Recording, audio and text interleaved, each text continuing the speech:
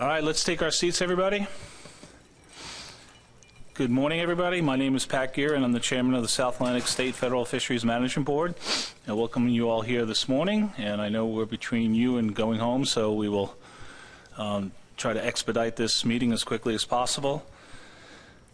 The first order of business is to approve the agenda. Are there any changes or modifications to the agenda? Hearing none, the agenda is approved by consent. Next item is approval of the proceedings from the February 2019 meeting. Any issues with that at all? Any changes? Hearing none. The proceedings from the February 2019 meeting are approved by consent. I don't, any public comment from anybody? I haven't heard of any public comment. So anybody from the public who would like to speak about something that is not on the agenda today? Hearing none. Well, Mike's going to go check real quick. See if anybody signed up. No, thumbs up, nobody? Okay. All right, we're moving on. The first item of business is the review of the Amendment 1 of the Commercial Fishery Management Plan for public comment. The PDT has been working on this for the last several months, and we have a draft ready for you today, and Mike's going to take the lead on that. So, Mike, you have the floor. Thank you, Mr. Chair. So, as Pat said, the plan development team has been working for the past few months on developing draft Amendment 1 to the Commercial Fishery Management Plan, and I will go through that now. So first, before I get into the actual draft amendment, just a reminder of the timeline that we're working on. We've gone through the whole PID process, and we are currently at the highlighted step where the board is reviewing draft amendment 1 for public comment. If everything goes through on the anticipated schedule, then final consideration for this amendment would occur at the August meeting of this year, preceded by a public comment period over the summer. So here's a basic outline for today's presentation, and it generally follows that of the amendment. There are sections on compliance, research needs, protected species information. Those are included in the amendment but won't be covered in today's presentation since they don't include really any substantial changes or management decisions. But I do encourage the board and the public to review these sections if they haven't already during or after this meeting, and if you see any necessary edits, please let me know. First, I'll go through the introductory section of the amendment. You'll notice throughout the presentation that I will be skipping over some sections, trying to stick to those that are most pertinent for evaluating the management options. There were some updates to the background information in the amendment from the original FMP to reflect the most recent information for the fishery. One example of this is included information from the CDAR 58 stock ID process. So again, I encourage review of these types of sections to make sure everybody is working on current knowledge. First of all, I'll start off with the statement of the problem. On March 21st, 2019, Regulatory Amendment 31 to the Coastal Migratory Pelagics FMP became effective, which means that Atlantic cobia are now managed solely through the Commission's FMP. The Commission's FMP was originally written to be complementary and dependent on the Coastal Migratory Pelagics FMP. For example, we use things like the ACL set through the Council and the EEZ regulations that were previously recommended by the Council. That all came through the Coastal Migratory Pelagics FMP, and we kind of adopted that as part of our management process as well. The board also gave direction to the plan development team in the process of switching this management plan to more of a sole management to establish a process for specifying aspects of harvest quickly and through board action. So a harvest specification process is spelled out in this draft amendment. The most recent stock assessment was completed in 2013, and it indicated that the stock was not overfished and overfishing was not occurring. A new assessment is currently underway through the CDAR process. Prior to this assessment to CDAR 58, a stock ID process was conducted to evaluate the boundary between the Atlantic and Gulf stocks of cobia, and this boundary remains at the Florida-Georgia line. Results of the process do not dispute the boundary, so it's continuing to be used for management and assessment purposes. However, the results were not clear on a specific boundary or the specifics of a transition area. Instead, they basically defined a region in northeastern Florida up into Georgia as an area of uncertainty, and north of this area, north and south of this area, cobia show different genetic and movement characteristics.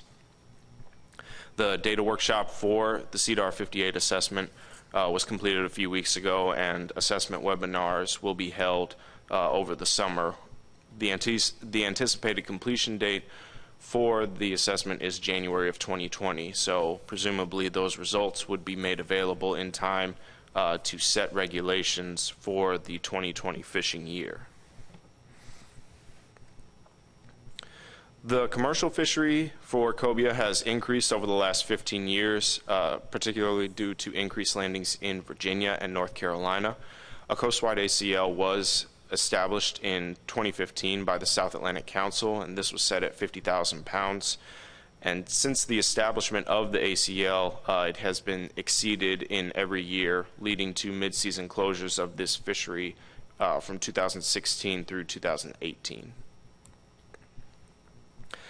As has often been mentioned with cobia, being that it is a recreational heavy fishery, MRIP recalibrated landings estimates to the new male-based fishing effort survey. Currently, management is operating on estimates from the former coastal household telephone survey and will continue to do so until the completion of CDAR 58, after which landings, quotas, and targets will be based on the new FES estimates. Just to show a comparison of what we're managing on right now, the telephone survey landings estimates, you see those here with the ACL that was formerly in place through the Coastal Migratory Pelagics FMP. That's shown there, and you can see the overages that occurred in 2015, 16, and 18.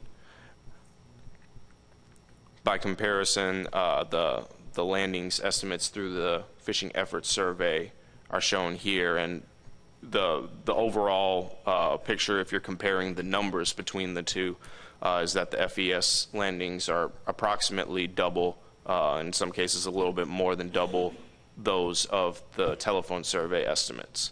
But one thing that I do want to be clear about here is that we are still managing on those telephone survey estimates because all of the targets and the recreational harvest limit that we're operating on right now were derived using the telephone survey landings.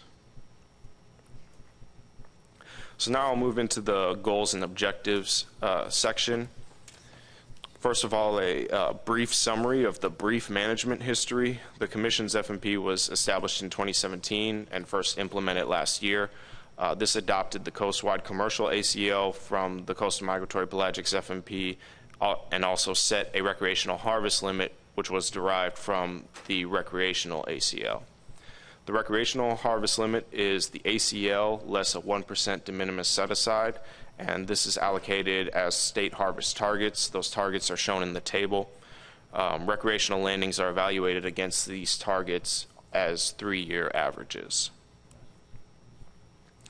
The goal of the FMP is shown here on the screen with a recommended edit from the plan development team that includes language about equitable and sustainable access while maintaining the original language concerning the timeliness of management. If this amendment is ultimately approved, this edit would be part of that decision-making process. The board would have to include it in a motion along with any of the other options that are selected for approval. Similarly, the plan development team recommends 2 additional objectives to those already in the management plan. These would be subject to a similar process for approval as the edit to the goal. The additional objectives include implementation of management measures that allow stable, sustainable harvest of Atlantic cobia in state and federal waters, and establishment of a harvest specification procedure that will allow flexibility to respond quickly to stock assessment results or problems in the fishery, while also providing opportunities for public input on more significant proposed management changes. A third section that was considerably revised in the draft, and it will also be subject to board approval if you all approve the amendment, would be the definition of overfishing. Previously, we adopted the overfished or overfishing status as determined by reference points from the South Atlantic Council. This section defines a commission process for setting these reference points based on peer-reviewed stock assessment information. The primary peer review processes that are mentioned here are CDAR, which would be the primary over the ASMFC process, as the assessments are still being conducted through CDAR going forward. But if anything were to happen to that, then obviously the commission would be able to use the independent external peer review process as well. So now I'll move into the monitoring program. There were a few changes that will need to be made to the monitoring programs concerning the shift over in management. From the commercial side, in 2019, NOAA Fisheries will continue to monitor the landings. However, beginning in 2020, non-de minimis states from the commercial side, which through the criteria that are being proposed later on in this draft amendment, that would include Virginia, North Carolina, and South Carolina, those states would begin monitoring the landings of the commercial fishery. On the recreational side, the primary landings monitoring tool will continue to be MRIP. We are aware that Virginia has a required reporting process. This does not replace the MRIP estimates. To this point, it may help inform some management decisions, but MRIP is still going to be the primary method by which recreational landings are estimated. As I said previously, stock assessments will continue to be conducted through CDAR. The Commission will work through the representation on the CDAR steering committee to schedule future cobia assessments and monitor the status of this stock. And finally, I'll get into the management program. Within the management program, there are 9 issues that are laid out. Some of them have multiple options, some of them do not, and I'll identify those as we go through them. But this is a section that I'll try to take a little bit more time and give some explanation on these different options and what's being proposed here. So issue 1 is the harvest specification process, and there are really 2 parts to this, and you can read the specifics of the different options in section 4.1 of the draft amendment. But there are really two big parts to these options. The first part is what measures are subject to the harvest specification process. And as we have it, it's the same in all 3 options. That would be the total harvest quota. So a quota for both sectors could be set through this process. Vessel limits, possession or bag limits, minimum size limits, and the commercial closure triggering mechanism, which I will talk about a little bit later in the presentation. The other component of these options is the timing with which they would be set and for which they would be in place. So option A has these measures set up to every 2 years, B is up to every 3 years, C is up to every 4 years. So really the distinction between the options is just the timing, how long can the board put management measures in place.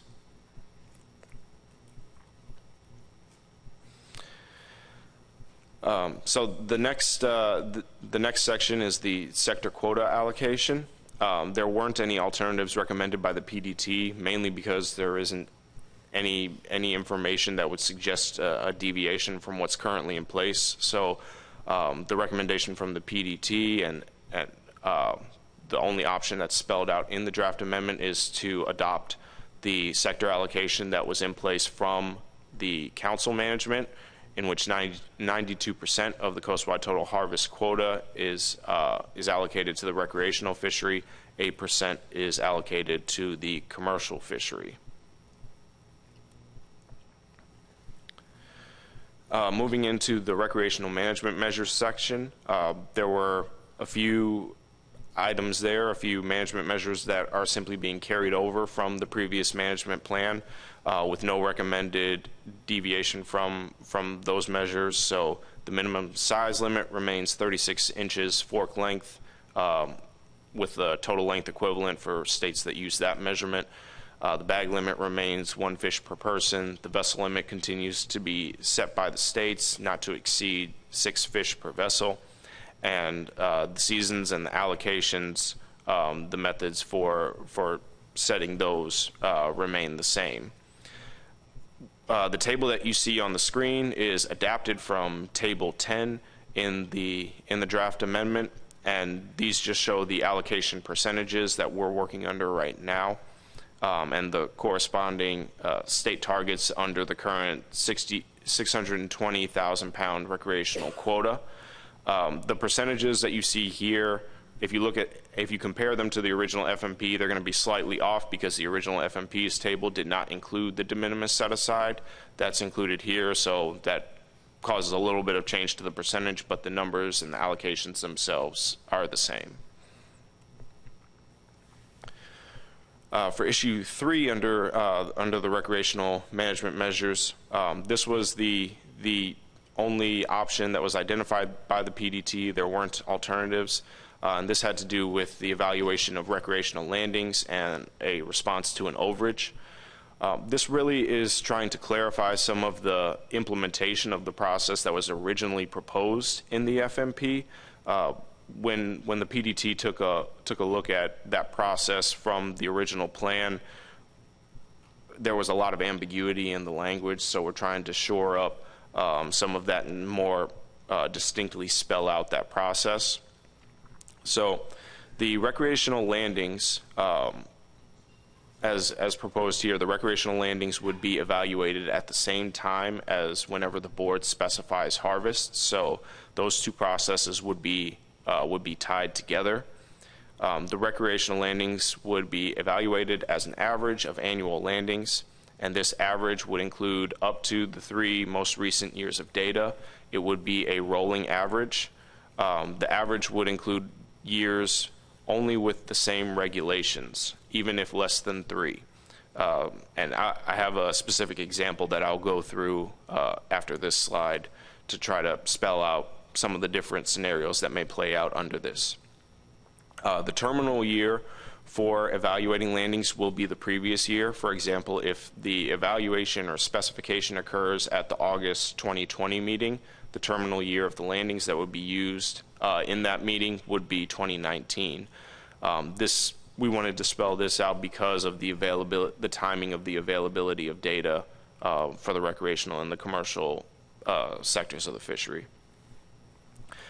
States with consistent underharvest for at least 3 years may apply to relaxed measures while still remaining under their target. This is, again, something that was brought up in the original FMP, but the PDT felt that adding the language of consistent underharvest and putting a length of time to that would be helpful for spelling out which states can and can't apply for relaxed measures.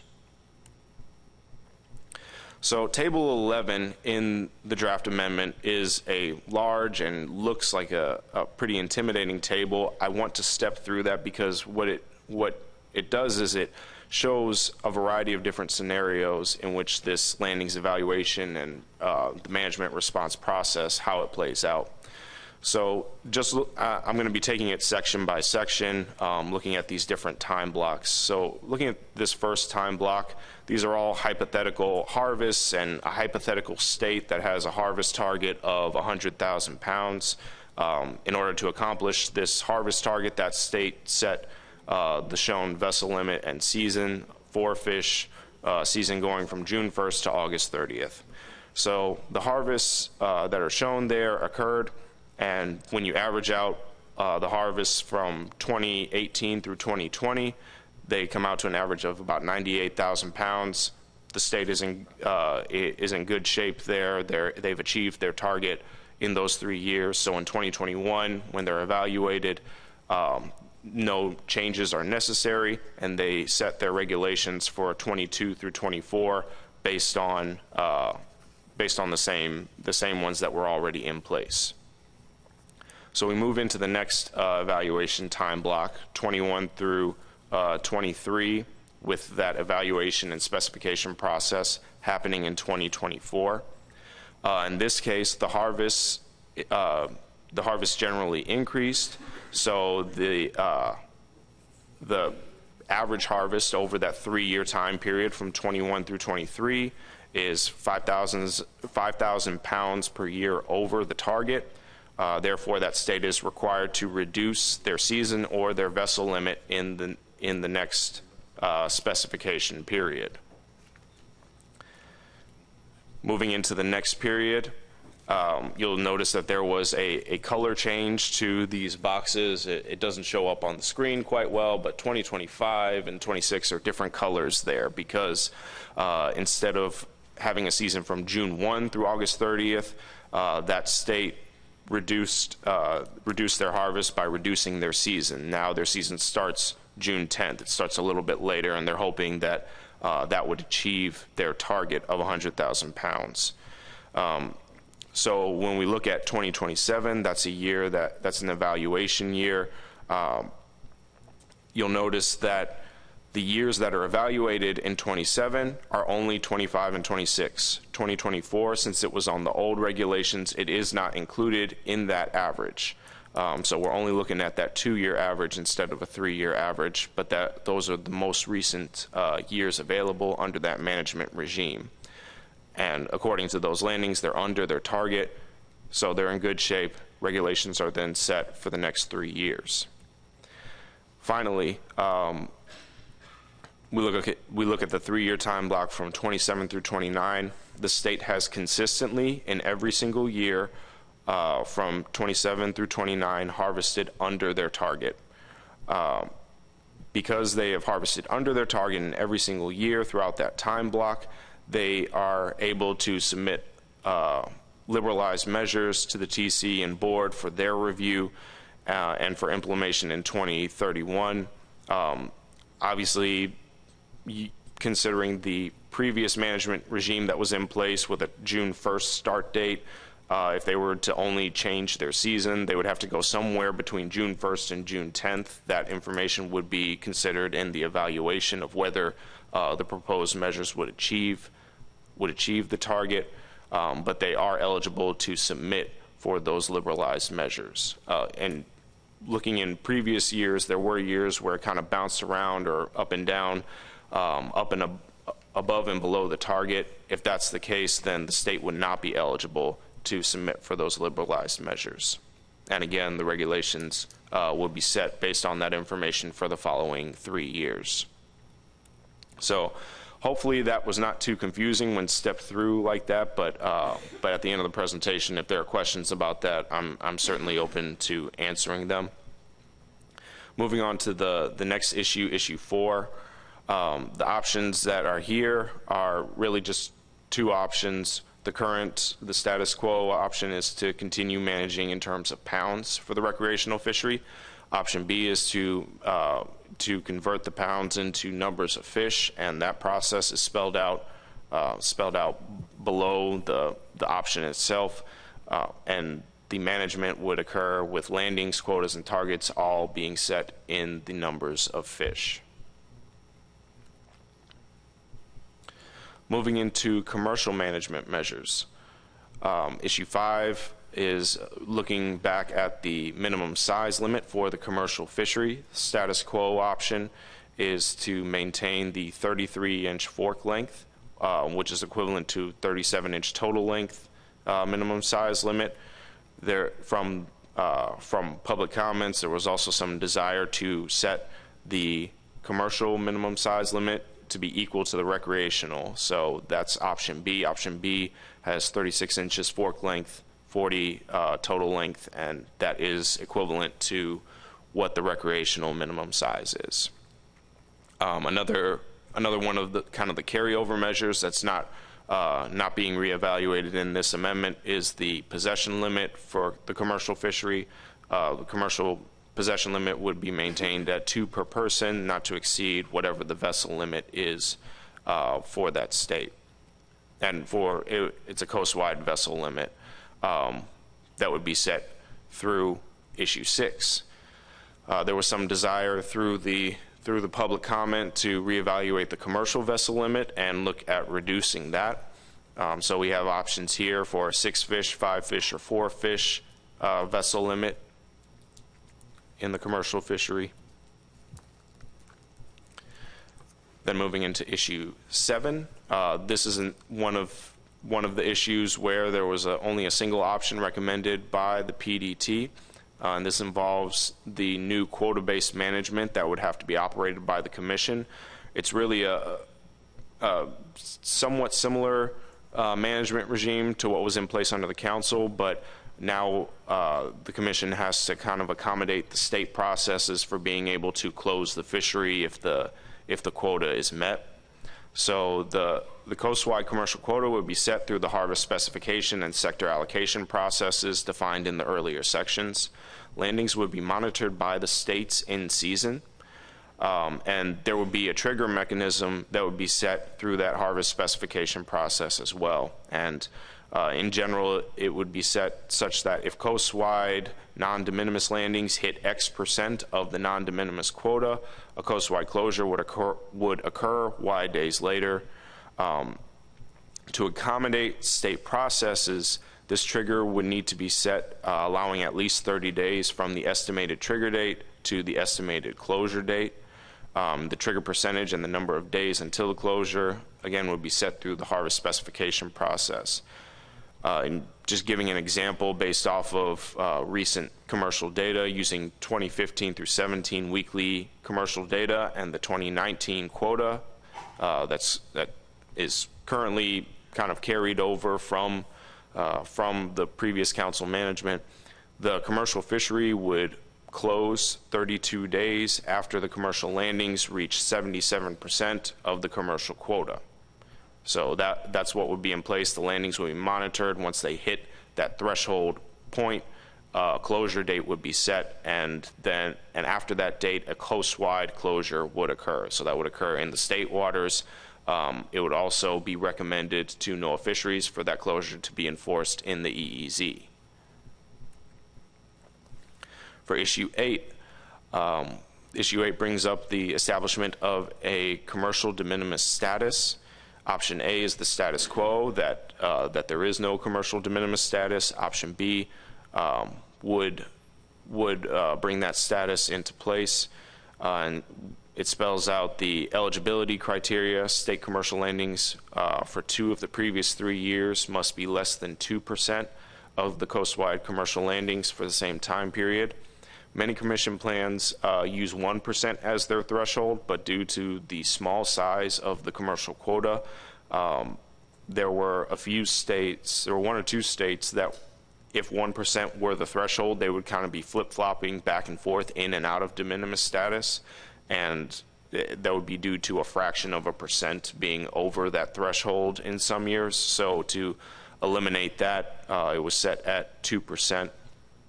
The PDT felt comfortable with that still being a fairly minimal amount of landings. The commercial de minimis states would be subject to all coast-wide commercial regulations, including the minimum size, possession, vessel limits, as well as closures of the commercial fishery that would result from the quota being reached. De minimis states would not be required to monitor commercial cobia landings for their state within the fishing year, but they still would be required to report the annual landings through their state compliance reports. To account for the unmonitored landings in de minimis states, 3% of the commercial quota would be set aside and not accessible to the non-de minimis states. And finally, issue 9 The recommendation for federal waters. This is the issue that gave Law Enforcement Committee all kinds of headaches on Tuesday. The recommendation is able to be set through the ACFACMA process. And as I said in the commercial measures, and this would also be in place for recreational measures, if any coast-wide closure occurred in state waters through the commission process, the commission would recommend that NOAA Fisheries also close the EEZ in the same way. There were three options that were laid out for this issue. Option A, regulations in federal waters would be recommended to correspond to those of the vessel's state of landing. Option B, the regulations would be recommended to correspond to the location of catch, with essentially an extension of state regulations into federal waters. Option C would have kind of a hybrid of those two, in which the regulations in federal waters would be recommended to correspond to the state of landing, but there would also be the ability for states to apply for specified areas of restricted harvest, in which those specified areas would have a different set of measures than the general EEZ related to that state. So a rough example is shown at the bottom there, where you have your state waters, hypothetical state with a 3-fish vessel limit, going out into federal waters. The vessel would be accountable to whatever the landing state is, but you see that kind of dotted area, that would be one of those specified areas, and within that specified area, there would be a 1-fish vessel limit.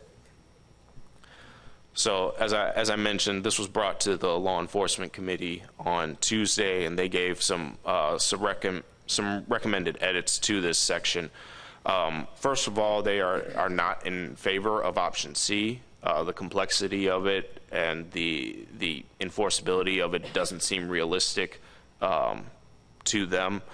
They also recommended for option A, due to some individuals within the fishery having multiple licenses coming from multiple states, to try to diffuse any confusion about where that vessel may be landing, to tie the state of landing to the permits, and so there's some language here. The regulations would be recommended to correspond to those of the vessel's permitted or licensed state of landing. If that vessel or that individual possesses a permit or license for multiple states, all of which are open, then they would be fishing on the regulations for the most restrictive state. If that individual possesses a permit or license from multiple states, but only one of them is open, then they're able to fish on the regulations for the state that is open. And then option B, they in general supported that, because when on the water intercepts occur, they're able to determine a location, and they can see from the location, these are the regulations for fishing in this location.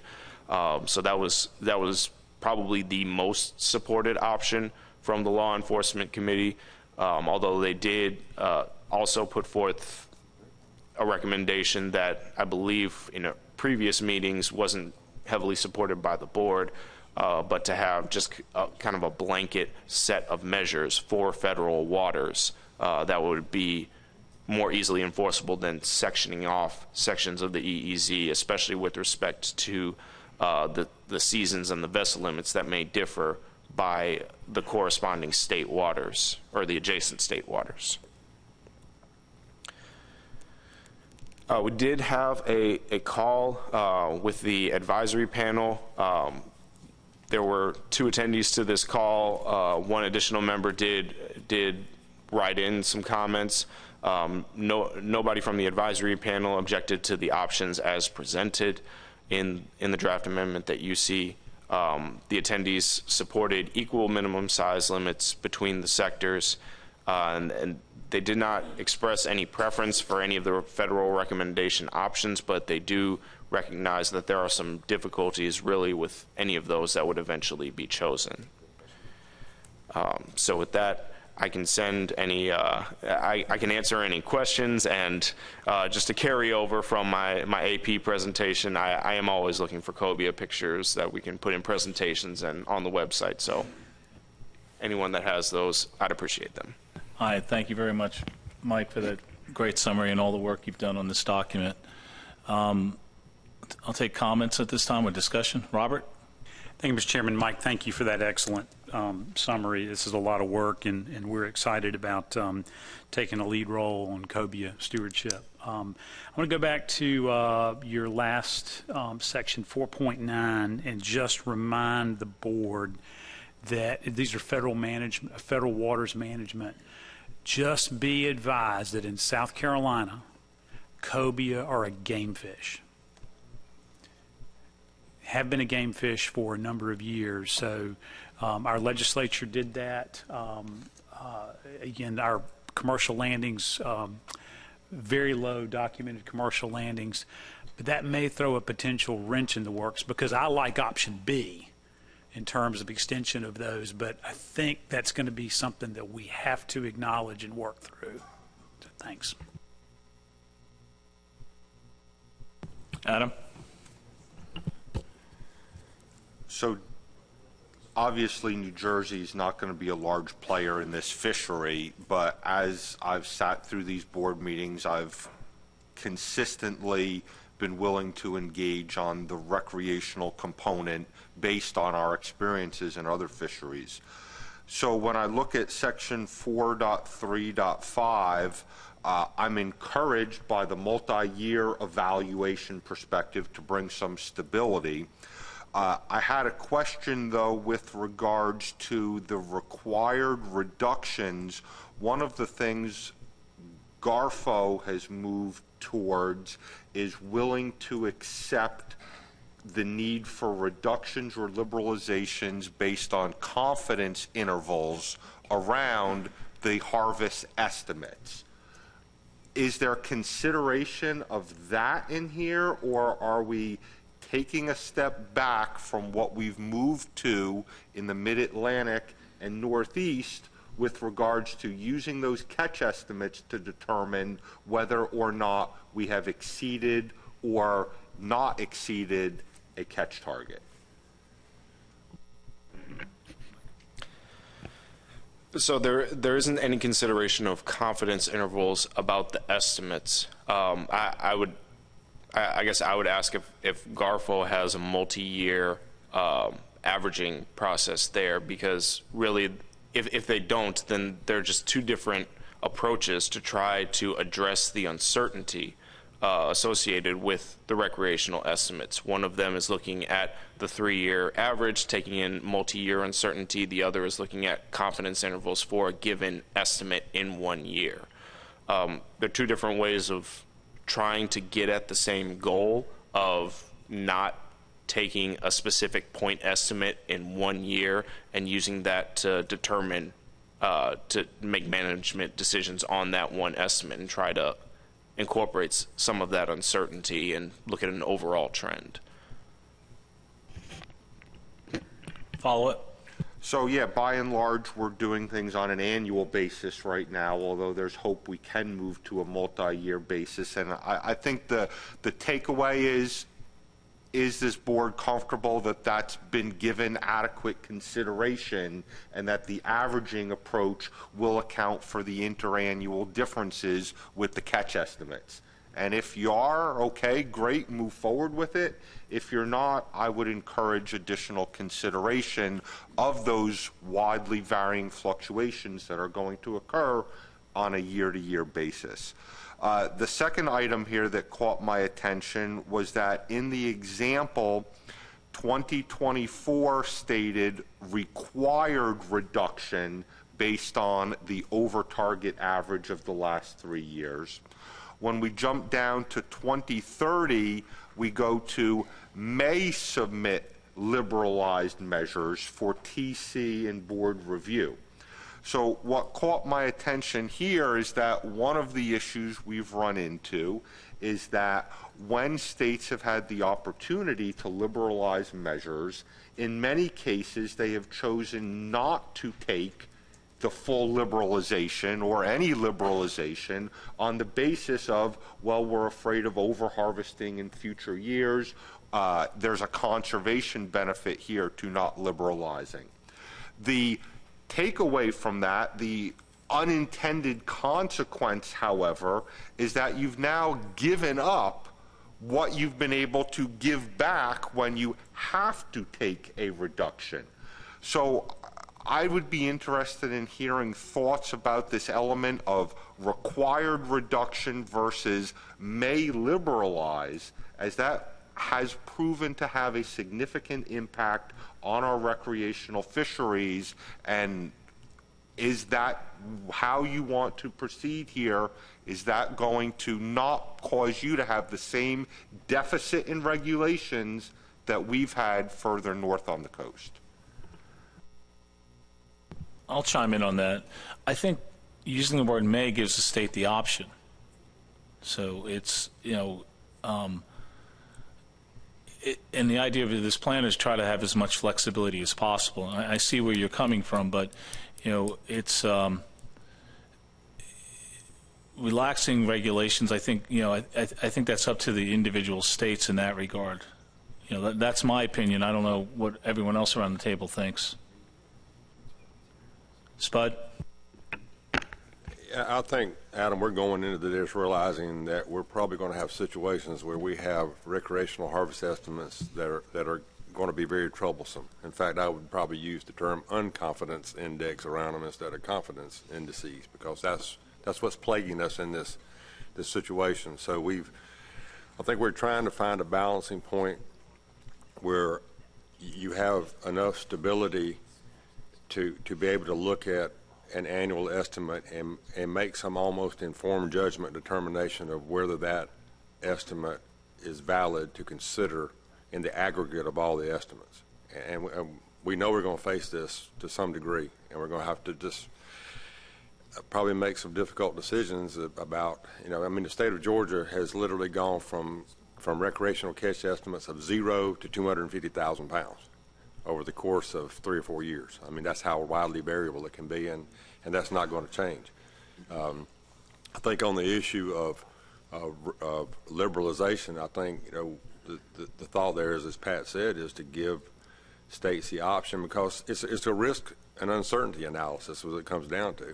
That if we liberalize, knowing that we're going to have catch estimates with unpredictable outcomes, then you could very easily come back in a situation where you're back, the pendulum swings back to the other end. So I think this is going to be one of those situations where we're going to do it and we're going to learn as we go. And then we're having an assessment that's coming forth, and based on new MRIP estimates, so who knows? There's a lot of uncertainty going on right now in this fishery. Have Mike and then Lynn.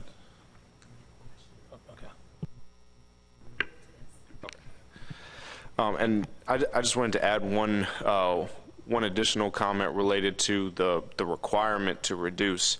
One thing to point out in this entire thing and to highlight with this plan is the reduction is not a reduction in the target. It's not in what the state would be shooting for. It would, essentially what it means is the season and the vessel limit that you set is not achieving the target. We're still trying to achieve the same target. There's no type of reduction to that or payback, but in order to achieve that target, we need to narrow down on what is an appropriate season, what is an appropriate vessel limit to be able to catch that amount of fish. Then I have Lynn. Yeah, thank you, Mr. Chairman, and thank you, Mike, and to the PDT. This is just a big document and a lot of work.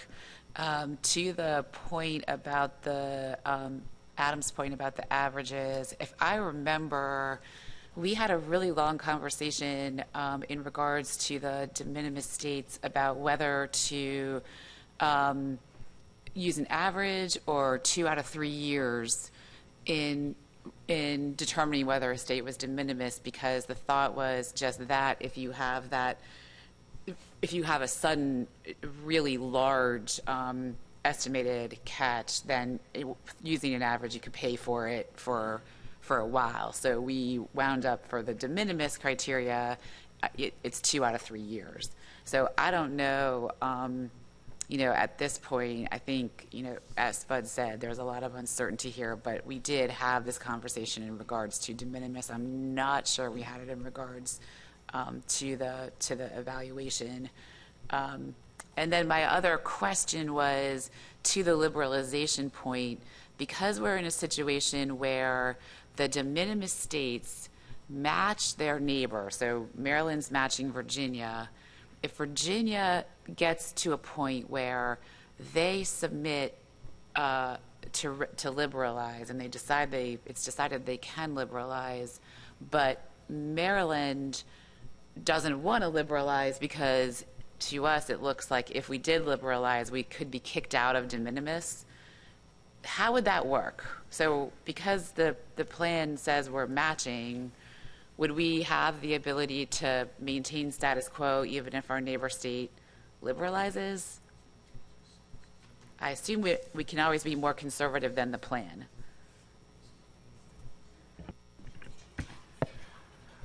That's something it is not quite addressed, and that may be something that requires some additional thought, because, I mean, the first thought that comes to my mind is the ability for states to be more conservative and trying to reconcile that with the de minimis criteria of matching a neighboring state. That's something that I don't have an immediate answer for. Let's go to Tony. I have to think through it in full. A state can always be more conservative than the FMP. It is their prerogative to do that. But for the de minimis measures, they're tied to their neighboring state. So, but if you want to be more conservative than your neighboring state, then I think we should probably be able to figure that out. But I don't want to make any... I need to read the de minimis language again and see if it would cause any issues. Because then does that require, like, so if we have Maryland, Delaware, and New Jersey are all de minimis, and say Delaware decides to be more conservative than Maryland, does that mean New Jersey has to match Delaware's regulations? So I need to think through that issue. Lynn, follow up? Yeah, so I think it might be worth just thinking through that one. Thank you, Tony, a little more, and really what happens, as the years progress, so if you're getting farther apart, how does that play out in the future? And I don't have a suggested answer right now, but we may want to think about it. And then, Mike, I guess my question to you is, as for the averaging issue on the evaluation, do you have any thoughts as to whether or not using that rolling average is more is a better solution in the face of widely varying estimates than using a 2 out of 3 years? Or do you have any thoughts on that particular issue?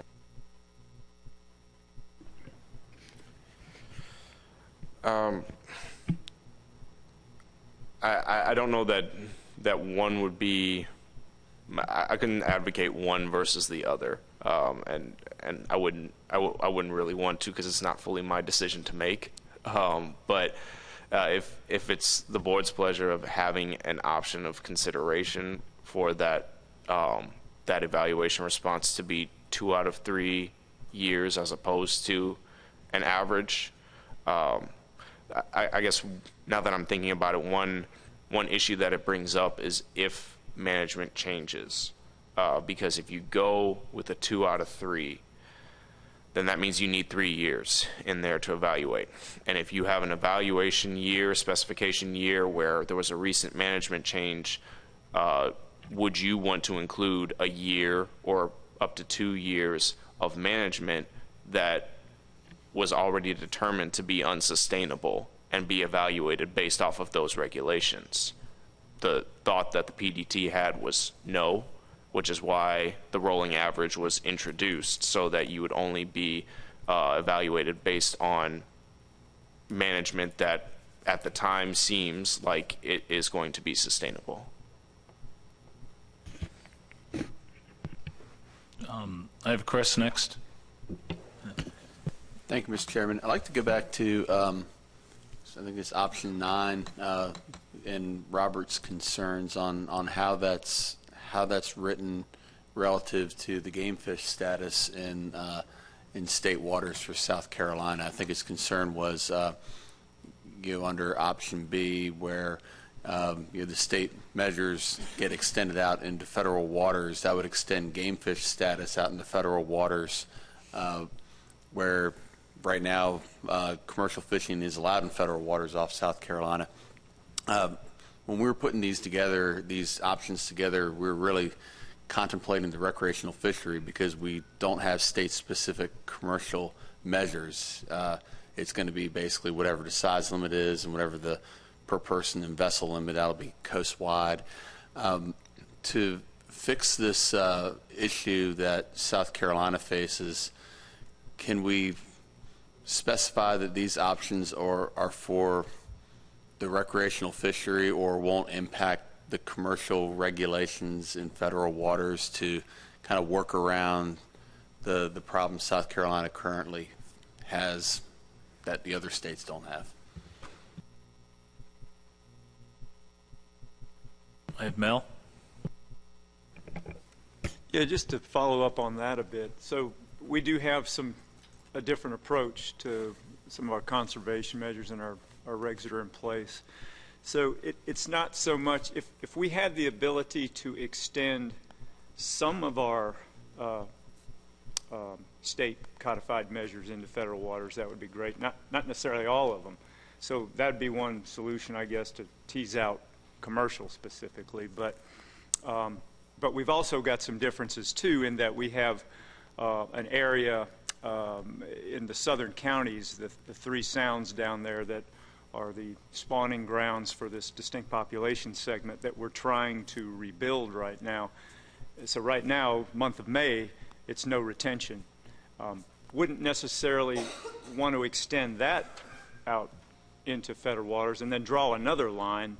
You'd have let's say the boundary between Georgia and South Carolina and North Carolina, South Carolina extended out, but I'm not looking to extend another line out for the southern counties. So if we have the flexibility to implement at least some of our state codified measures, that'd be great. But I don't really know if the way things are worded it allows you to do that or not. It's sort of all or nothing. Or could we actually just propose to extend specific things out, or do we need to change something right now to facilitate that? Tony? So I have a question about the Law Enforcement Committee's recommended language to add to the document. So in lobster, we use the most restrictive rule, and when you have the most restrictive rule and one state is closed, then that permit, you cannot fish then in either of the areas that you're allowed to fish in. And so under the first part of this, I would think that would apply. If you have multiple permits and one of those seasons is closed, then you wouldn't be able to fish at all. But then in the second sentence, it says, if you have multiple states, only one of which is open, then you could fish. And so it's almost, so you see where I'm going, is that under one, it doesn't let you fish, and then on the other, it does let you fish. It's sort of counterintuitive to me, and so I'm trying to figure out the rationale there. Is it that you're trying to prevent someone from fishing that has multiple permits, but then giving them the opportunity when only one state is open? But you're not giving that opportunity when one state is closed and the rest are open. Mike? So the first part of that has that it's a conditional statement. So if they have, there are two conditions. If they have obviously multiple permits, and if both of those, if the permits for both of those states are open, then it's more restrictive. And the goal of that was so that you can't just have multiple permits and pick the one that is least restrictive. That was the reasoning behind that. But at the same time, if somebody has multiple permits and then they have multiple permits so that they can be able to fish from multiple states. And so the second part is if there was a closure in one of those, that they're still able to operate. And I mean, this can certainly be edited, but this was something that was proposed there, and because of the conditions, I think that's why it wasn't seen as contradictory. I guess my point, I'll use an example to try to make my point come home. If you have a permit from Georgia, South Carolina, and North Carolina, and two of those states are open but one is closed, under that first condition you wouldn't be able to fish because the most restrictive rule would apply, and one state is closed. But under the second condition, it says that only one state is open, then you could fish. So you see where I'm going? In the example that you stated, multiple states have open seasons. But one is closed. Right, but multiple states have open seasons, therefore you can fish on the most restrictive, and maybe it's most restrictive open state. Okay, it needs to say the most restrictive open state, because if it's the most restrictive rule applies, the most restrictive is closed. So adding the word most restrictive open state shall be applied. That got that quick, okay. Is that okay with everybody? Yeah. Okay. Any other?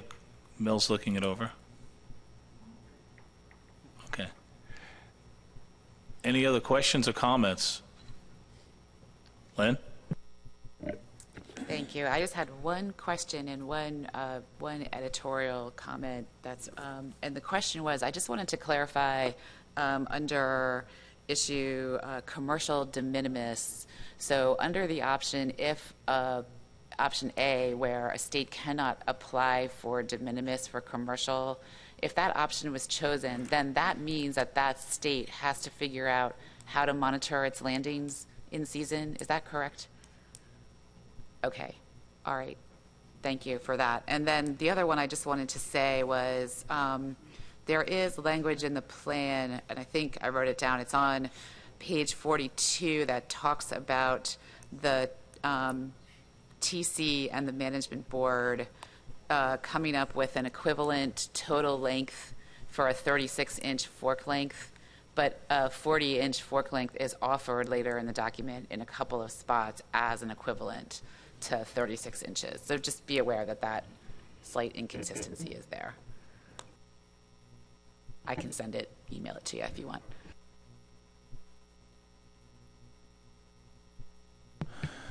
Mel and then Adam. Yeah, so I think Robert mentioned this earlier, but related to what we're looking at there, option B under there appeals to me. And our focus is really more on the recreational fishery. We had a commercial fishery in state waters, and we had and our recreational fishery was predominantly state waters forever. And so what we did for decades was we heavily fished spawning aggregations of these fish in the southern counties, which is what we've now determined genetically as a distinct population segment. And because of what we did to that DPS, that resulted in us achieving game fish status for cobia, because basically that was the heart and soul of our cobia fishery. So the commercial fishery's gone in state waters. We've dealt with that for a few years. The recreational aspect now, so B appeals to me if what we're able to do there is extend our conservation practices related to that distinct population segment out into federal waters. And I'm not so much concerned about the May closure, again, because when we're out there, it's kind of a mixed stock, if you will. When they come into our sounds, we can genetically distinguish them as sort of our fish. But would like to afford the degree of protection in the recreational fishery through implementation of the 3-fish boat limit out there, regardless of where your boat is from. And since we're fairly close to Georgia at that point, and we know we get fishermen out of Savannah that do fish on the artificial reefs off this area that are potentially right now allowed 6 fish in the boat, what we would prefer to do, and it's not a matter of equitability or fairness to our fishermen, because they would tell you they're not happy with that 6-fish boat limit either. Our fishermen will tell me, as they have consistently, I mean, they'd even go for a 2-fish boat limit, but they would prefer to see, if South Carolina is going to take some responsibility for management of cobia in our waters out there, they would like to be more conservative. So if B allows us the ability to have that as an option where you would abide by a 3-fish boat limit in federal waters off of South Carolina, then I think we're good. I just want to make sure that I'm reading this right and that we could actually do that, because I know there was some concern about, okay, what's the registration of the boat? Is it a Georgia boat? Is it a South Carolina boat? That sort of thing. But implementing enforcement on the site where the fish are aggregated, where the fishermen are aggregated, to me that makes sense from an enforcement standpoint. You go where the fishermen are if you want to check cobia fishermen. So I just want to make sure B allows for that option, because that's our concern, because our state fishery is, the recreational state fishery is really no longer there. We're a federal fishery now. So I'm real sensitive to our ability to influence federal waters. And if we're allowed to do that this way, then I'm fine with that. But if I'm not reading that right, or there's some issues, then maybe we need to discuss that or seek some other wisdom. Mel, I think that's my understanding. If anybody on the PDT thinks differently, I think that was our thought on that. It's extending it out into the federal waters along those lines. I get a thumbs up. Spud? That's certainly my understanding. I do think this matter of being able to land fish caught in federal waters and sell them in South Carolina is still somewhat uncertain. But as I understand it, if the state of South Carolina said that you can land and sell a cobia caught in federal waters, then that applies along that same corridor just like your bag limit and anything else would. I mean, it's my understanding that's how that would work. Mel, follow up on that? Yeah, and to that point, I mean, we have no intention of desiring to close down the federal fishery out there, the commercial aspect of it. We're fine with that. We don't have a huge fishery anyway. It's maybe 4,000 pounds or something, but we're not. Yeah. So if B works for those purposes, then we're happy. Adam, I saw you had your hand raised. Yeah, I was going to go back to the rec issues unless you'd like me to defer to make sure that conversation about this topic is complete first. Let's make sure this is done first. Thank you. Are there any other comments or questions on this item, on this issue? Oh, wait 1 second.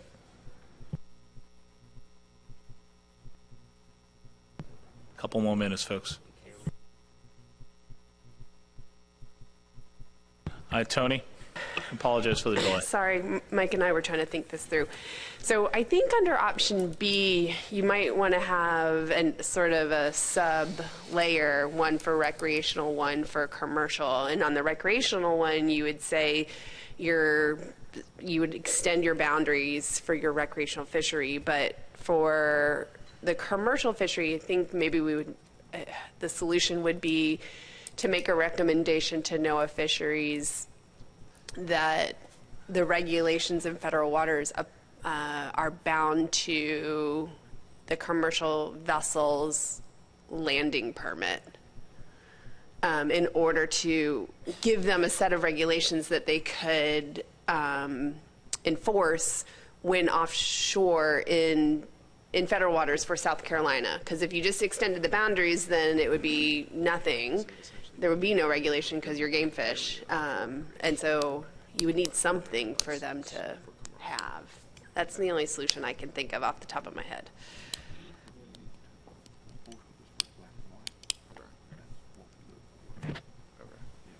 Okay. Any Mel? Yeah, to that specifically, there is no federal cobia permit. So, right, there just isn't. Within the Coast Migratory Pelagics group, it was. It was. It's not anymore. Cobia didn't have a permit.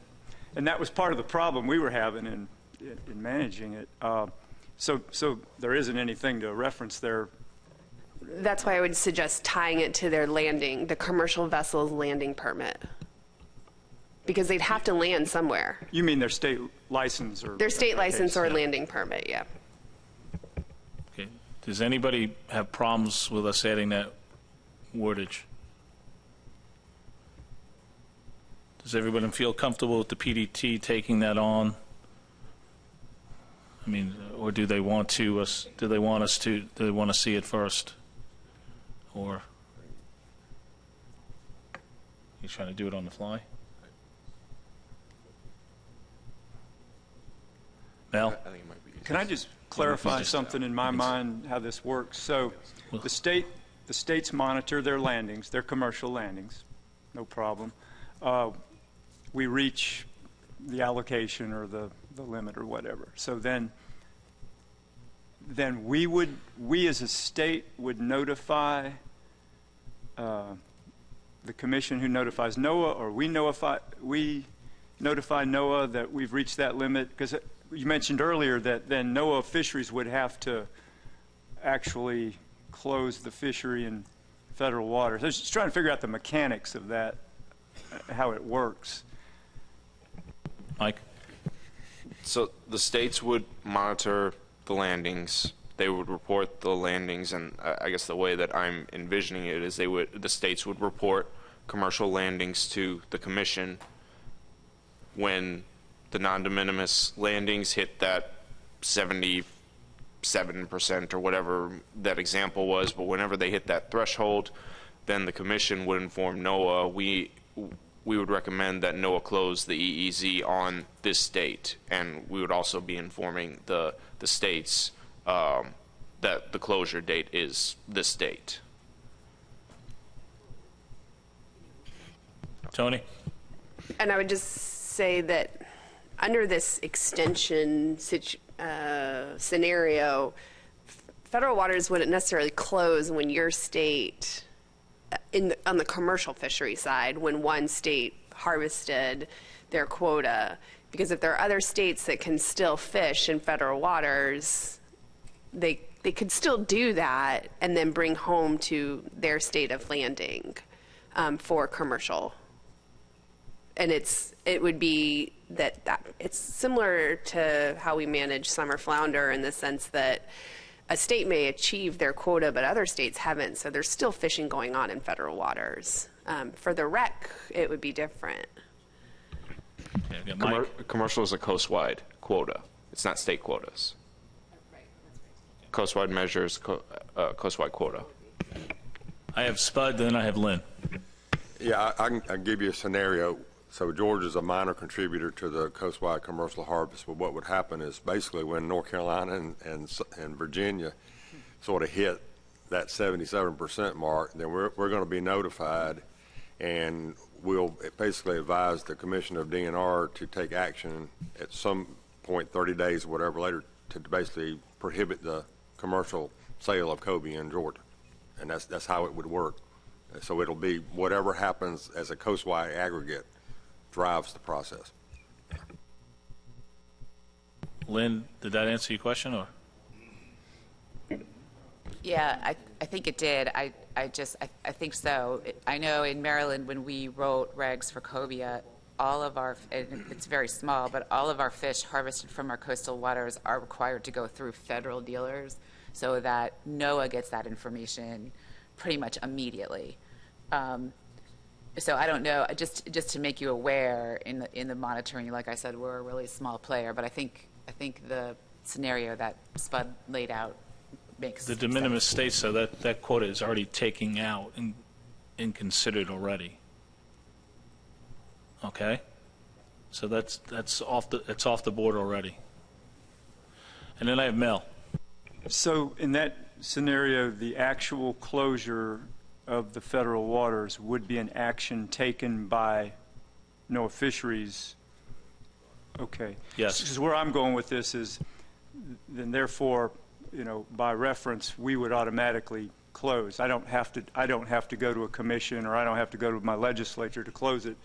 It'll just like previously, as what they said, we call it the what they say, we say law. So if the feds say it's closed, it's closed. So that works for us. Lucky you. Okay. Anything else on this issue? Not hearing anything else? Everyone's satisfied? Okay. Adam? So going back to the rec side again, the state's reporting a consistent underharvest for a liberalization. Am I to read that as a consistent underharvest means underharvest every year? That's what that's supposed to mean? Underharvest every year for at least a 3-year period. So what was the rationale that the PDT used for using that criteria versus the average landings during the 3-year time frame? Because of the fluctuations that landings may have above and below the target, in the same way that the landings may go above and below the target within a 3-year time frame and still achieve the goal, the target. The average landings are beneath whatever that target is. The scenario for liberalized measures, the PDT really wanted to apply only to states where it is abundantly clear that these measures could be liberalized, that an additional fish could be taken and they would not exceed their target. And the PDT felt, well, if they're bouncing around their target already, then there is a probability there that if they liberalized, that they would start exceeding. Follow up? But yet in the previous paragraph, we're saying that if it's bouncing around, there's no chance that we may be under. We're bouncing around, our average is over, therefore we have to reduce. I'm not comfortable with it. Just from the experiences of the pain we've had, I mean, to channel Robert Boyles' comments about using state descriptions earlier, this is supposed to be the kinder, gentler board that we have here. I don't really want to see the South Atlantic board in front of the policy board the way the Summer Flounder board has consistently been there. I think this section should be modified to at least provide options so that the opportunity to liberalize and reduce are treated the same. And I think that there should be an option to consider the confidence interval or unconfidence interval around the 3-year average. If we can't get there in a reasonable time frame, if there's not consensus around the table here to do that, I think I would probably find myself in abstaining on the vote to release this, just because I don't endorse, and I wouldn't endorse this in our other recreational fisheries, I think it's a step forward. It's there, but I think the options here can be better, especially for a fishery that's 92% recreational. I know there's been a lot of pain already. I think the fact that there's no members of the public here today speaks to the pain that's already been suffered with this, and I see these options here as causing more pain for the recreational sector.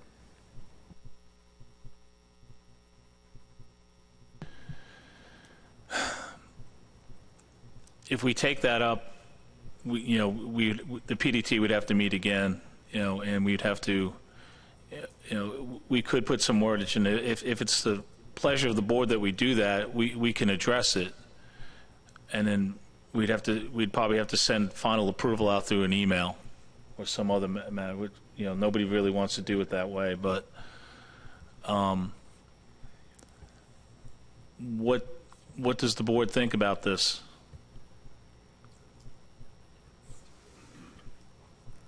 Not hearing anything from anybody. Chris? I don't have a solution, but I would expect to hear some concern, definitely feedback from the recreational community on this option. I'm on the PDT. I understand why we put in this measure. We need to have 3 years consistent underharvest before a state could consider liberalizing, just due to the very high variability in recreational cobia harvest. We want to prevent states from kind of chasing 1 year estimates. But I agree with Adam. There's going to be a lot of, I think, concern from the recreational community on this issue. I don't know a way around it, because we've seen with other fisheries with better, more consistent recreational harvest estimates that we can get into a trap where we think we're liberalizing a little bit, and then the landings are much higher than expected. So I guess all I'm doing is acknowledging Adam's concerns, that we will hear this when we go out for public comment, but I don't know what the solution is. It's based on the nature of the harvest estimates. And the PSEs for some of the states are very high. Like Spud pointed out, some years in Georgia it's 0, some years it's 250,000 pounds, and it's and that's a part of the nature of this fishery and the MREP data. And I'm not sure if I know how to address that. If we put confidence intervals on these, they're going to be so broad. I don't know if they're going to be, if the management action is going to be useful at all. That's the problem. And I agree. I mean, I think you brought up some very good points, Adam. I'm just not sure how we can address them with this species. Mel? It just seemed like we're taking the approach where we're looking at a 3-year period versus what we used to do. I mean, we were living by under federal management, we were living from year to year, and we were having some horrible things happen, in a given year or so. So it seems like we are heading in the right direction. We're better off than we were. And we may hear some more from the public when this goes out, but, I don't know how to tweak it at this point anymore. But I am more comfortable with looking at 3 years of data than just, what we were doing under the old process with federal management. So I feel we're better off than we were. I see a half-hearted hand from Lynn. Yeah, so I mean, I'm really torn. This is very difficult, and I don't have a solution, except that I wonder if there's a way to incorporate some language that would allow, during this evaluation, for a year, for an outlier harvest estimate to be considered differently. So I think it was New Jersey that had that really large estimate in 1 year that was an outlier, and I think that that's what led us to that 2 out of 3 year versus average for de minimis, but I wonder in this case, because we want to be evaluated over this time period, if there's a way to just categorize a particular estimate as an outlier, which might provide the board some flexibility during the evaluation and harvest specification. Mike? So the cobia TC, this was something that they were tasked with previously, and the cobia TC, their basic statement on this is MRIP is going to have outliers in either direction.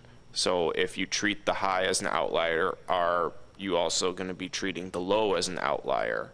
And that was the concern the TC had about recommending any type of outlier analysis in this type of plan. Is will it be one directional?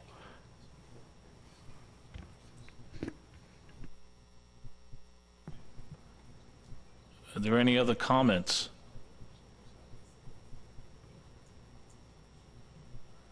What's the pleasure of the board at this point? What would you like to do? I mean, you want this moving forward, or do you want to go back to the PDT at this time for further refinement? Spud?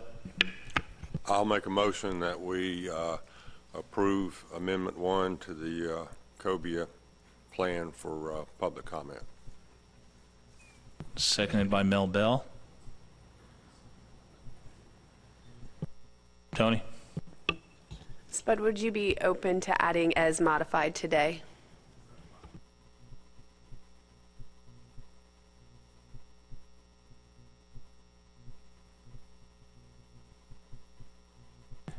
Any further discussion on this? All right. Hearing none, I'll read the motion. Move to approve draft addendum number 1, addendum 1 to Cobia Fisheries Management Plan for public comment as modified today. Motion by Mr. Woodward, seconded by Mr. Bell. Chris? I'm sorry. Never mind, they changed its Amendment 1 up there on the board now. Thanks. Okay. What would it? Okay. I'll read it again. Move to approve draft addendum 1 to amendment. I'm sorry. I'll start over again. It's been a long week. Move to approve draft amendment 1 to the Cobia Fisheries Management Plan for public comment as modified today. Motion by Mr. Woodward, seconded by Mr. Bell. All those in favor, please raise your hand. 2, 3, 4, 5, 6, 7, 8. Those opposed? Abstentions? Null votes? Motion passes 8-0 to 1-0. All right.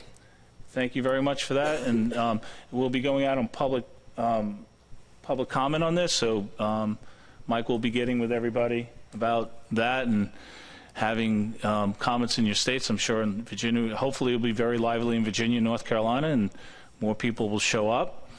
And he'll be getting with everyone about that soon. Moving on, the other item on the agenda today is review state-gathered public information input for potential management action on Atlantic croaker and spot. Back in August, we talked about an addendum to the spot and croaker plans, the omnibus for spot and the croaker FMP, to make changes to the traffic light approach, to do a regional approach. Oh, he has a presentation, so I don't have to say anything. Okay, Mike, here you go. All right, so a brief presentation, just kind of bringing everybody back up to speed on what's occurred to bring this about. So in 2017, benchmark stock assessment was completed for both Atlantic croaker and spot, but it did not pass peer review for several reasons. But one of the difficulties that occurred with that was due to the conflicting abundance and harvest signals which are also used in the traffic light analysis. In February 2018, the plan review team for spot and the Croaker TC recommended changes to the traffic light analysis, and that's included in the memo that's in your materials. These changes, if all implemented, would result in management action being triggered. Here's a table that you've seen before, a comparison of the current TLA and the proposed new TLA. There are changes there to the adult abundance indices. Additional indices would be incorporated, as well as a regional type of approach for evaluating those indices. Then an incorporation of ages into those index evaluations. Also a change to the reference time period, the triggering mechanism, and ultimately the result that you saw last year, when there was a direct comparison made between these two methods for Croaker and spot. There was no trigger in 2018, but using the updated proposed TLA, both species would be triggered due to the indices and harvests that are seen in the Mid-Atlantic region. Following these results, the board talked about potential management actions and also asked the PDT, what their recommendations would be as far as this regional approach and what resulting management actions would follow from there. The Croaker spot PDT recommended that if management action be taken as the result of a trigger, that some form of baseline management measures be established in the form of seasons and or trip limits. Right now, neither Croaker nor spot have a coast-wide management in place, any type of management measures in place. There are some state-level management measures for one or both species, but nothing from a coast-wide level. So the PDT would be recommending that the board consider a coast-wide set of measures in response to a management trigger if the new TLA were adopted. As a result of this, the board requested additional time to gather some public input from the stakeholders, and several states went out to gather this input. I have a really short summary of the different state public input summaries that were submitted in materials. You can reference those for more complete description, and the state representatives can certainly bring up details that I don't include here, but I tried to stick mostly to the potential management measures that would result. Maryland, their public were focused more on spot because they already have size, creel, and season limits in place for Croaker at the state level, and the public were hesitant to support any form of reduction to the harvest or setting any minimum size possession or season limit. There was also the comment that any regulations leading to reductions in Maryland should also be reciprocated in other states. For Virginia, there was general comment against size limits, but they weren't completely against an adequately sized bag limit, and they provided a suggested bag limit of 30 to 50 fish per day. And in North Carolina, there was not much support for any new spot or croaker measures, and they suggested that the declines in landings were due to reduced effort as a result of commercial regulations. So again, if there are additional details or if I misstated something, feel free to collect me representatives from those states. But I can take questions on that and turn it back over to Pat for discussion. Does anyone have any questions for Mike on that? Chris? Thank you, Mike. Appreciate the presentation kind of showing what we've done over the last year or so. I think good reminder to me, and I'm sure others. Just to add to the general comments we heard in North Carolina, besides not wanting to implement any additional measures or any measures for spot and croaker, I mean, I think the public acknowledge the fact there's fewer spot and croaker around than in the past. There's really not much dispute to that. But there were also, they mentioned that just environmental changes were potentially a cause. Natural predation may also contribute. So things kind of out of the control of what we manage, and not necessarily a result of fishing being the primary reason why there's fewer spot and croaker found in the state. But I just wanted to add that to the general list of comments we received in our state. Thank you. Okay, and I'll go to Lynn. Thank you, Mr. Chair, and I just want to echo what Chris said. I think there was also a lot of discussion in Maryland about the environmental variables and an acknowledgement that there are fewer fish.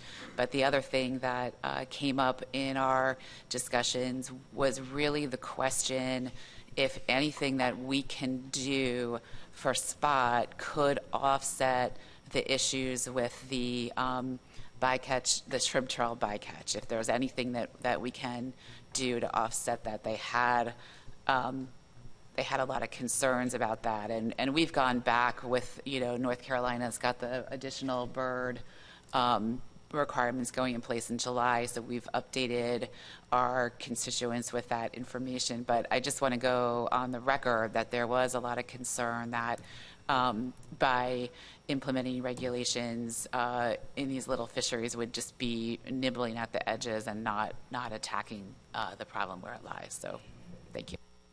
Thank you, Lynn. That was expressed in Georgia as well, as well as, surprisingly, in Virginia. Forgive me. It's a lot of folks said that we're nibbling at the edges if we're not addressing the shrimp trawl fishery. A lot of our folks were saying it's cyclic. It's just a cyclic issue. It's but surprisingly, there was a fair amount of support for a bag limit, as Mike said. It was and during our discussions, we didn't know what they were talking about because they said they need them for bait. That's why they didn't want a size limit. And when we asked them, well, how many, they kind of said numbers that we were thinking anyway. So that was pretty promising in some regards for us. Commercially, we had a little bit of more difficult time. They threw out some ideas. They weren't too crazy about, obviously they weren't crazy about size limit because of culling and everything. But we were kind of trying to, ask them about, shortening the season just a little bit. Trying to do something, and it's we didn't have a lot of folks at our meeting. We had to actually create a sub panel for one of our fisheries panels to do it. So we only had a few people actually come and speak about it. So, and then Marty, you had something to say? Thanks, Mr. Chairman. So PRFC didn't submit any formal comments to Mike with the other jurisdictional partners, but we did participate in the calls. And I did note, and I'll note for the record now, that we have several boat liveries along the river that rent boats, and a lot of the folks come from the metropolitan D.C. area, for instance, come down to fish with their families. A lot of them are subsistence fishers. And those two species are important to them, but again, the abundance has been down, as we've already noted, heard from a couple of people. I did broach the subject with them to talk about what, if we started to see a resurgence in either species, would there be a thought on adjusting creels or anything like that, and they didn't have interest, similar to what Chris said, in doing that. So I just want to make a note that that is an important species. We're hoping that maybe in the future that we'll be able to have something similar to what we've had historically. In the meantime, it's all you can catch invasive blue catfish for those folks, but croaker and spot are important, and we'll continue to follow. What about the other states? I mean, did they talk to any? I'll go with Delaware with John Clark first. Yeah, thanks, Mr. Chair. I just would follow up with what we've heard in the past. We didn't specifically go out and ask on this, but we already have a size limit in place for croaker, And for spot, we hear the same thing the other states do. People want no size limit so it can be used as bait. In terms of a possession limit, we haven't broached that, but I don't think that would be a problem, similar to what you found in Virginia.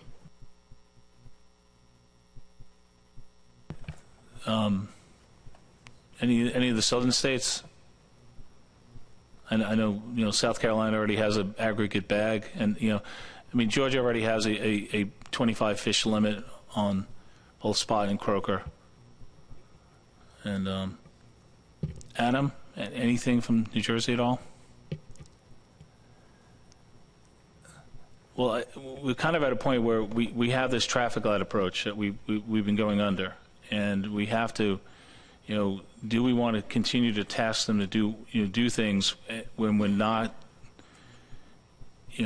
we keep seeing problems, but we're not doing management actions as a result. When no management measures are coming forth. If we want to use these new measures, we have to do an addendum. We'll have to do an addendum, and the TC has put a lot of time into this. They've gone ahead and made several recommendations, and so we're kind of like in this. As Mike said, I kind of chuckled. The saga continues. I mean, it's like we've kind of been going around with this, and it's what do we want to do? Do we want to move forward? Do we want the TC to continue to approach this? And but I've sat up here at this table, and Mike's on one side, the TC chair's on the other side, and they're both telling me we need recommendations for management measures from the board. What are we going to do? We're seeing that the abundance is low, but we haven't come up with any kind of recommendations. So what does the board want to do? Do they want to, I'm looking for something we can tell the TC we want them to move forward with. I mean, do we want to wait until August and see what the new numbers look like? Do we want them to run the numbers both in the old method and the new method? It's a fair amount of work, and so I'm looking out for you folks to provide some guidance to the TC. All right, let's go with Chris and then Mike. Thank you, Mr. Chairman. Yeah, we're definitely at a crossroads now. If we initiate an addenda to adopt these new traffic light analyses, that would result in some sort of management response. If we went that route, if you look at how it's written in the current addenda as far as what we need to do, that doesn't really match up with what we can do with the TLAs. It talks about % reductions, and we've talked about it in previous board meetings that the traffic light analyses aren't designed to do that. So I guess that would be one option, to initiate an addenda for both species, to adopt the new traffic light analyses, but also to modify the management response to have it more in line with what we can do.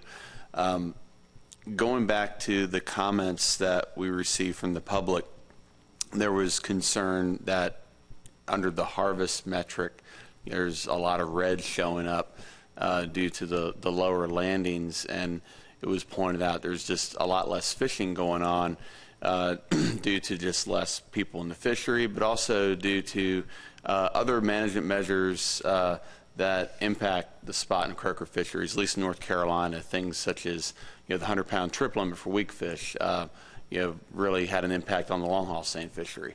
Management measures in place to protect bottlenose dolphin have also impacted where commercial fishermen can set gill nets for spot.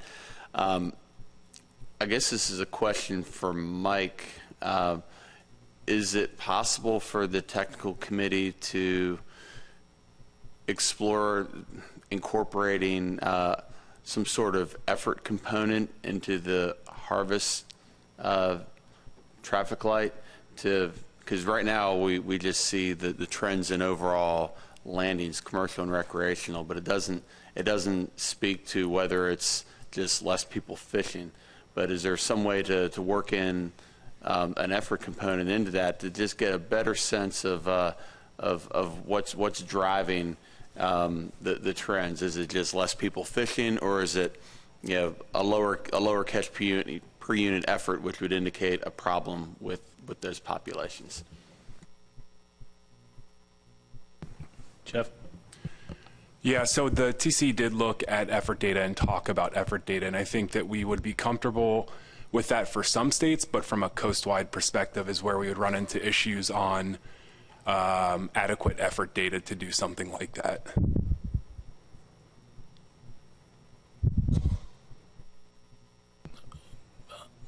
Lynn? Thank you, Mr. Chair. So maybe the way forward, in our state, there was a lot of conversation, and I suspect this was true up and down the coast to the degree the conversations were had. The idea of equity, making sure that if action is taken, that there is parity amongst the states was of critical importance, and also a subject of discussion was the idea that we cannot quantify any sort of percent reduction that is required or would work to get us out of the red in the traffic light. And the memo to the board says that rather than focusing on a specific numeric goal for percentage red that may not be attainable through management alone, the PDT recommends an alternative goal of initially establishing management measures for those fisheries which have no regulations. So maybe knowing that there's a commercial season which seems somewhat palatable, and I mean the idea of a commercial season seems somewhat palatable, and the idea of a bag limit for rec seems somewhat palatable. Maybe the way forward would be to accept the new traffic light, and in the course of management response, could the TC or the PDT look at options which result in a neutral state for the fisheries? So by that I mean the states are truly bookending. So for, Maryland's commercial season would be set so that there would be a bookend to the season as it runs on average, but not necessarily a reduction. So that it can be moved in the future if we need a reduction, but and if there's a year when the fish appear, when we have spot in the bay, in an anomalous time, that those spot would be sheltered from the fishery because we've set the season. Ditto bag limits, that we're going forward with a bookend. We have something on the books that could potentially be adjusted in the future if needed, but we're not having the coastal, we're doing the best we can to achieve equity among the states. I hope that made sense. Thank you.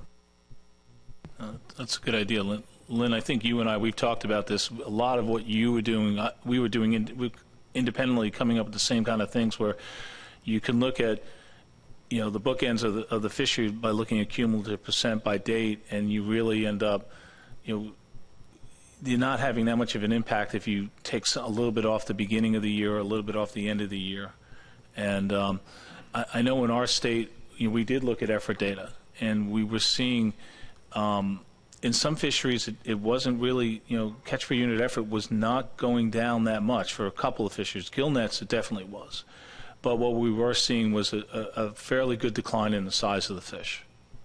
The fish were declining in size as well. So, I think that's an interesting approach, and I would support that. Mel? That's kind of how we ended up with our aggregate bag limit for small cyanids. I mean, we were basically just trying to put something in place almost as a firewall to just got to get a placeholder, get it in place, and the public got used to that. And we were seeing some things, particularly during the spot run, where a garbage can full of spot. I mean, so that stuff went away. So we did have a little bit of an impact, but it was more of a just kind of get us going in that direction, because anything related to small cyanids for us, we just didn't have it. So I guess it was kind of a baby step or a first step, but I think that's a great concept. I think we do need to move in this direction. I mean, if you're being advised by the the TC, and here's what we're seeing, here's some recommendations, and we admit, well, things may not be like they used to be with the fishery, or maybe not be what we'd like to see, but then we just don't act and don't act. That's not a good, that doesn't send a good message to the public, and doesn't send a good message, I think, to the TC if we're kind of not listening to them. So if there's a way to adopt some things to at least get us going, I think that does make sense. I agree. Phil? Yes, thank you, Mr. Chair. I would support some type of additional effort looking into this, just to the fact that the importance of this fishery. I know it's spot and croaker, and it's been something that's been unmanaged, but this is the fishery that most of the children are introduced to. The peer fishermen that may not be able to maybe vacation, and then they may not be able to economically afford to go out on a charter boat or take their kids out, but this is how we introduce young fishermen to the fishery, and young fishermen make big fishermen, and so I just think it's important, as well as the charter and especially the headboat fishery, within our states. It's an important fishery, and certainly we have seen a decline, which is alarming to a lot of constituents, within the state.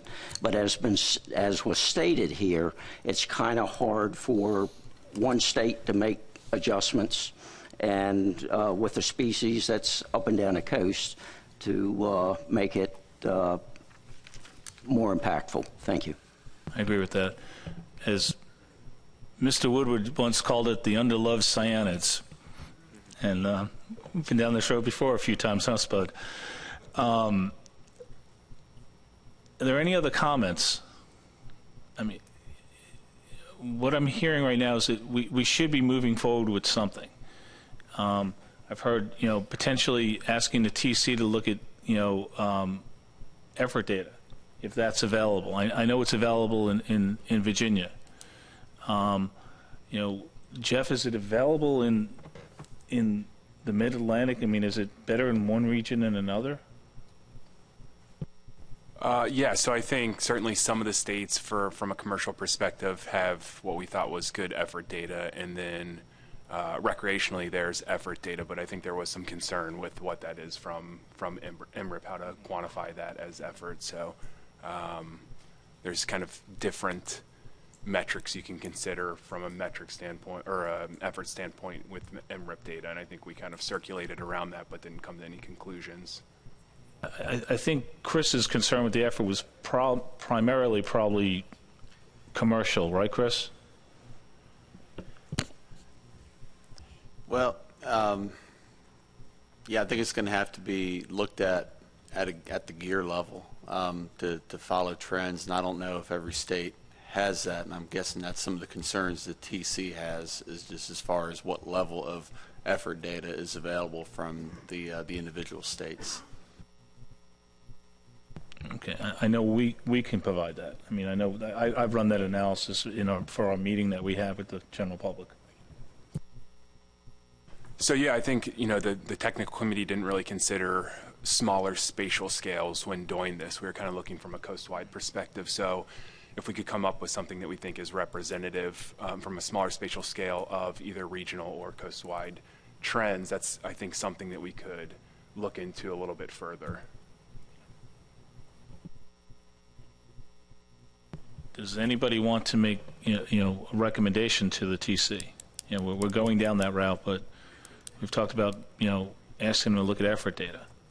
Do we want them to continue to pursue looking at the new regional approach?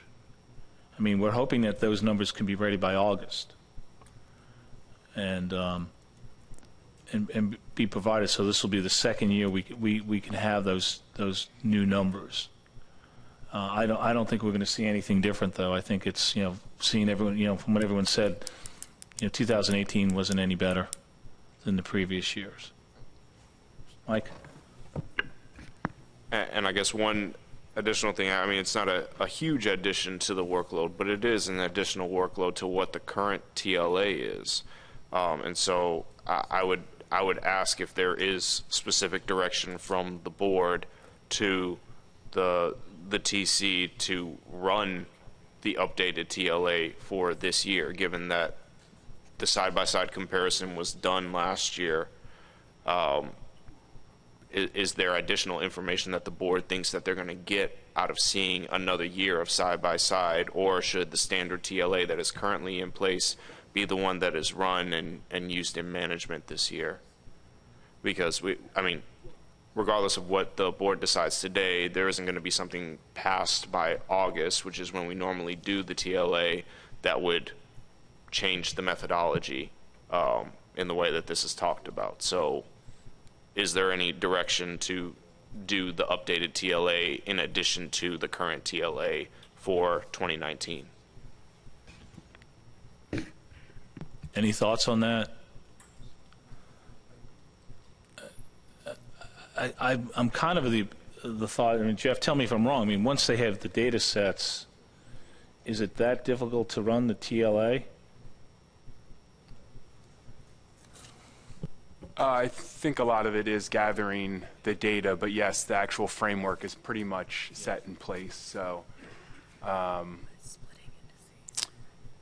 yeah, it depends also on the framework which you go with. So the regional one would take, I think, a bit more work because there's splitting indices based on size and that stuff. So there's a little bit more from the regional perspective than the coastwide, I believe. Well, at the very least, we have to do coastwide. Yeah. We have to, at the very least, we must do coastwide, and we need those numbers by the August meeting. I didn't know if Tony wanted to talk or not. Okay. Even if we don't take on the regional approach, and that continues to show. Well, we had the conflict. Never mind on that, but. I would like them to see if we can do both. That would be my, but I don't want to task them with something that I don't want to set them up for failure, is my concern. And then if we ask them to look at effort data too, that's going to be even additional work. All right, Mike. I do have a question about the tasking, just to make sure that it's clear when talking about TC looking at the effort data. Is that looking at it in the context of trying to alter the recommended changes and possibly incorporating a CPUE style of approach to replace the harvest metric? Or I guess what's the end goal in looking at the effort data that the TC should be driving towards in that task? Chris? Thanks. My thought was if there was a way to incorporate effort into the harvest component, not replace it, but just give it some context. But I'm getting the sense that the data is a little sparse, and it could be a pretty heavy lift for the TC in terms of just the workload versus what we may get. We don't know if this is even doable. So if the board supports having the TC look at that, that's great. If we're concerned about just the time and effort this would take, in addition to other tasks such as the annual TLA update, maybe we could forego this exercise and think about moving forward with maybe an addendum to accept the revised traffic light approach, and then go from there. Chris, are you suggesting that now or in the August meeting? Well, it might be if we could decide which path to go today, whether we task the TC with looking at this effort idea, or if just based on the conversations that we've had and heard from Jeff and Mike, that may not bear the fruit that we're hoping. Then the other option is start at least entertain a motion for the revised traffic lights analyses as they are, and then talk about how to handle the management response. Any discussion on that?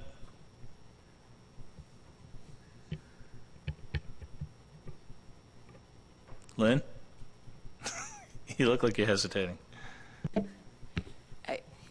I think Chris is on the right track. I think we need to bust a move here one way or the other.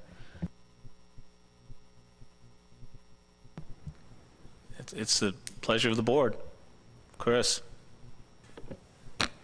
Okay, to get off the dime, I've moved to initiate addenda to the Spot and Croaker FMPs that incorporate the revised traffic light analyses and redefine the management responses. We'll get that up in a second.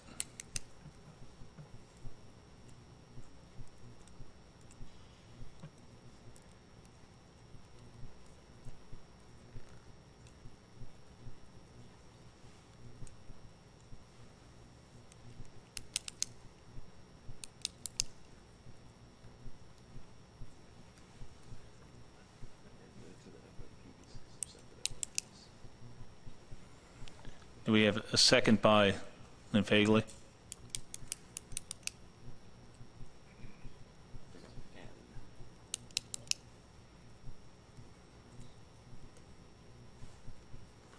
Okay, is there any discussion on this? Roy. Mr. Chairman, perhaps Chris or Lynn could inform us as if we're going to incorporate the revised TLA and redefine management response. I presume that that the management responses suggested would be or would have the goal of moving us out of the red zone and to the green zone. Is that the general idea or not? Lynn's shaking her head. No. Lynn, did you want to respond to that? Well, as I understood and as it's written in the memo to the board, there is no way to define what those responses should be to get us out of the red. So it struck me that what we would go forward is, you know, as Mr. Bell said, rather than asserting that we're going to get ourselves out of the red, that if there are no regulations on a species, that we will simply bookend that species. We will simply put a firewall in place that is not necessarily a reduction. It's just something to bookend the fishery. If the fishery expands out of where it's historically been functioning, either by a season or by a bag limit, then it provides a buffer, but it's not designed to produce a particular reduction because we don't know what that reduction should be. So the goal is to get something on the books so that if we get an assessment that helps us understand what a reduction should be, we're basically set up to get there because we have something on the books. And so the question becomes, well, I'll leave it there. That's. Roy, did you have a question, follow up on that? Would we be taking this action if the TLA wasn't in the red zone? In other words, this bookending process, would we do that if it was in the green zone or the yellow zone?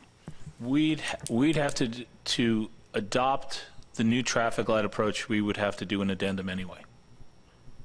So this new regional approach, we would have to go through an addendum process just to adopt that if we did nothing else.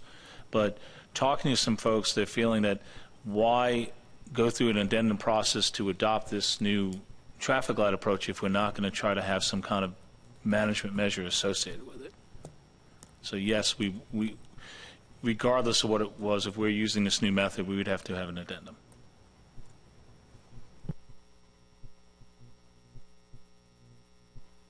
Any other discussion on this?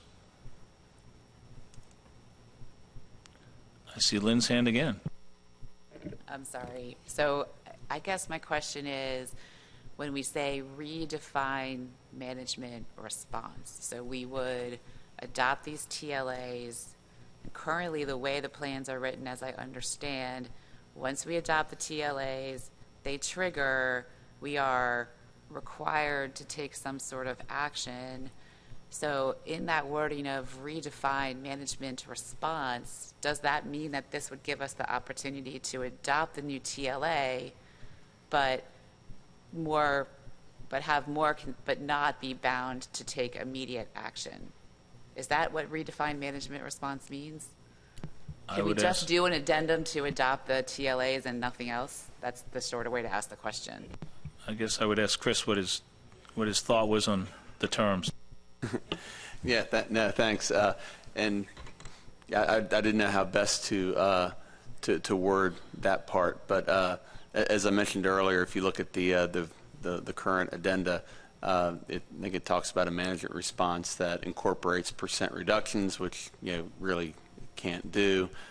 We talked a lot today about the technical committee's recommendation of kind of bookending the fishery, and Lynn has talked about how that could possibly be done. So add some language, replace the language that's in the current addenda with that. Although now the question as to whether we would have to take action after adopting the revised TLAs, I think we would, but that's where redefining the management response, we can say what that is, who would have to implement management. We've heard from states that already have management in place. Maybe the board feels that the states that have already implemented measures already have those bookends for their fisheries, and it may not be necessary to do more, as opposed to states that don't have any management, that perhaps they should be the ones putting in measures. And I would assume those measures and actions are going to be defined in how we do the addendum, how we write the addendum. So, all right. Any other discussion on this? All right, let me read the motion. Move to initiate addenda to the spot and croaker FMPs to incorporate the revised TLA and redefine management response. Motion by Mr. Beth Savage and seconded by Ms. Fagley. All those in favor, raise your hand. All those opposed? Abstentions? No votes? Vote carries unanimously. Okay, is there anything else on spot and croaker that we have to address today? Anything else this board has to consider today? Any other items? Chris. Thank you, Mr. Chairman. Just a quick heads up to the board. Normally this is the meeting that we would request an email board vote on an exemption to the Spanish mackerel size limit. After evaluating the information that we received from sampling, we are not going to move forward with that this year. So we're going to stay at the 12-inch size limit that's in place coastwide. Thank you. All right. Thank you, Chris. Is there anything else to come before this board today? Motion to adjourn? Seconded. Thank you very much for coming, and safe travels home, folks.